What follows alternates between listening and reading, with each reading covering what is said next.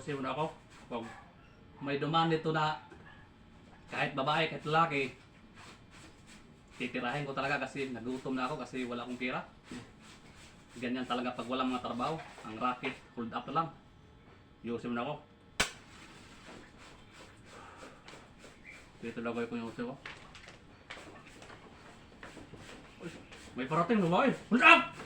Hayop kayo, bigay mo yung wallet mo sa akin. Papatayin na kita ngayon. Bakit ano ba kailangan mo? Pera lang ang kailangan ko kasi nagutom na ako.